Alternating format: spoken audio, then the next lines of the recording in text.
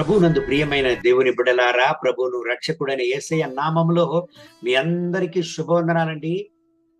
మత్తయి రాసిన సువార్త 9వ అధ్యాయం 37వ వాక్యాన్ని చదువుకొని ఈ రోజు కొరకు మనము ప్రార్థన చేద్దాం. కోత విస్తారమే గాని పనివారు కొద్దిగా ఉన్నారు. ప్రియమైన దేవుని బిడ్డలారా, ప్రభు అయిన యేసయ్య దగ్గరకు అనేక మంది వచ్చారు దేవుని యొక్క సువార్తను వినడానికి. ప్రభు అయిన యేసయ్య వాళ్లపై జాలి కలిగి శిష్యులతో ఆయన మాట్లాడుతున్నాడు. కోత విస్తారము గాని పనివారు కొద్దిగానున్నారని. అంటే దేవుని తెలుసుకొనడానికి అనేక మంది దాహంగా ఉన్నారు, కానీ దేవుని యొక్క సువార్తను వాళ్లకు ప్రకటించడానికి కొద్ది మంది మాత్రమే ఉన్నారే. దేవుని బిడ్డలారా, ఈ వార్తను శిష్యులతో దేవుడు పంచుకున్నాడు, కానీ ఈనాటికి మనతో దేవుడు పంచుకొనుచున్నాడు. ఈ వేద గ్రంథం ద్వారా దేవుని బిడ్డలారా, అనేక మంది దేవుని తెలుసుకొనడానికి, దేవుని సువార్తను వినడానికి, అనేక మంది దేవుని గురించినటువంటి యొక్క సాక్ష్యాలను, అనేక మంది దేవుని గురించినటువంటి సువార్తలను వినడానికి దాహంగా ఉన్నారు, కానీ వాళ్లకు వెళ్ళి ప్రకటించడానికి ఎవరు లేదే.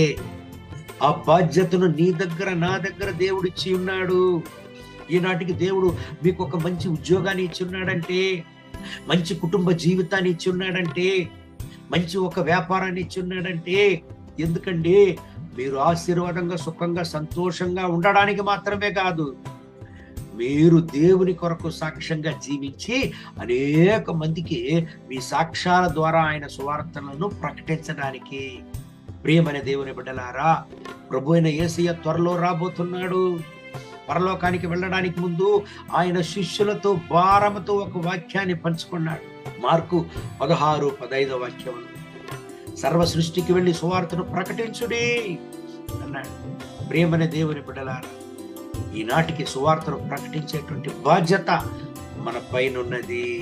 ఈ ఉదయకాల సమయంలో ఈ దేవుని వాక్యాలను వింటున్న ప్రియమైన దేవుని బిడ్డలారా, సువార్తలను ప్రకటించుడి. ఉద్యోగం చేయువారైనా, ఉద్యోగం చేయని వారైనా, చదివిన వారైనా, చదవని వాళ్ళైనా, ఎవరైనా సువార్తను ప్రకటించవచ్చు. దేవుని గురించినటువంటి సువార్తను పంచుకోవచ్చు. ప్రియమైన దేవుని బిడ్డలారా, SMS ద్వారా దేవునికి సువార్తను పంచుకోవచ్చు. వాట్సాప్ మెసేజ్ ద్వారా దేవుని యొక్క సువార్తను ప్రకటించవచ్చు. ఫేస్బుక్, పబ్లిక్ మీడియా ద్వారా దేవుని యొక్క సువార్తను పంచుకోవచ్చు. ప్రియమైన దేవుని బిడ్డలారా, ఆనాటికి ప్రభు అయిన యేసయ్య దగ్గరకు వేళ్ల కొలది ప్రజలు వచ్చారు. వాళ్ళని చూసే దేవుడు మాట్లాడాడు, వాళ్ళని గురించే దేవుడు మాట్లాడాడు. కోత విస్తారముగానున్నది, పనివారు కొద్దిగానున్నారని. ఎందుకండి వాళ్ళు వచ్చారు? మనసులో సమాధానం లేదు, విడుదల లేదు, జీవితంలో ఒక సుఖము లేదు, శాంతి లేదు. ప్రియమైన దేవుని బిడ్డలారా, ఈనాటికి కూడా చాలా మంది జీవితంలో విరక్తి కలిగి, జీవితంలో సమాధానం లేక, కుటుంబంలో సమాధానం లేక తమ జీవితాన్నే ముగించుకొనుచున్నారు. అనేక మంది ఆత్మహత్యకు వెళ్ళిపోతున్నారు. కారణం, వాళ్ళ యొక్క జీవితం యొక్క గమ్యం వాళ్ళకు తెలియడం లేదు. వాళ్ళందరికీ మనం సువార్తను ప్రకటిద్దామా? ఈనాటికి మనం జీవించేటువంటి యొక్క ప్రాంతం ఇరుగు పొరుగు వారికి అనేక మందికి సువార్త తెలియలేదే. వాళ్ళందరికీ సువార్తను ప్రకటించేటువంటి బాధ్యత మనకున్నది. అనేక సార్లు మనల గురించి గొప్పగా మాట్లాడతాం. మనకు ఏమైతే ఉన్నదో, దేవుడు ఏమైతే మనకి ఇచ్చాడో దాని గురించి గొప్పగా మాట్లాడతాం.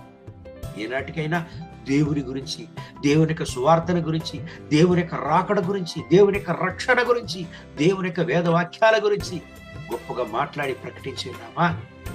ఈరోజు ఒక తీర్మానాన్ని ఎత్తండి. ప్రతి ఒక్క రోజు, ప్రభువా, మీ యొక్క వేదవాక్యాలను నా స్నేహితులకు నేను ప్రకటించాను. ప్రతి ఒక్క రోజు మీ యొక్క సువార్తను నా యొక్క బంధువులకు, నా స్నేహితులకు, తెలియని వాళ్లకు, సువార్త తెలియని వాళ్లకు ప్రకటించదను. దేవా, నన్ను బలపరచండి, నాకు మార్గాన్ని తెరవండి అని ప్రార్థన చేద్దామా? మనం కళ్ళు మూసి ప్రార్థన చేద్దాం. పరలోకమందున్న దేవా, ఈ ఉదయకాల సమయంలో ఈ ప్రార్థనలు ఏకీభవించి ప్రార్థన చేసే నా ప్రియమైన సహోదరుడు, సహోదరి కొరకు ప్రార్థన చేస్తున్నాను. అయినా సేవల వెళ్ళని గొప్పగా వాడుకోండి. నా రక్షక, మీ యొక్క సువార్తను ప్రకటించడానికి వాళ్ళను ఉపయోగించండి. మీ సువార్త తెలియని వాళ్లకు మీ సువార్తను చెప్పేటువంటి బాధ్యతను మా చేతులు మీరు ఇచ్చి ఉన్నారు. నా రక్షక, మేము సువార్తను ప్రకటించడానికి మాకు సహాయం చేయండి. ఎంతో మా స్నేహితులకు మిమ్మల్ని గురించి తెలియదే, ఎంతో మంది మా ఇరుగు పొరుగు వారికి మిమ్మల్ని గురించి తెలియదే, ఎంతో మంది మా బంధువులకు మిమ్మల్ని గురించి తెలియదే. వాళ్లకు నాయన మీ సువార్తను ప్రకటించడానికి మాకు సహాయం చేయండి. ఎందుకంటే త్వరలో మీరు రాబోతున్నారు. యేసయ్యా, మీరు రాకడలో మేము వచ్చేటప్పుడు వ్యర్థమని చేతుల్లో మేము రాకూడదు.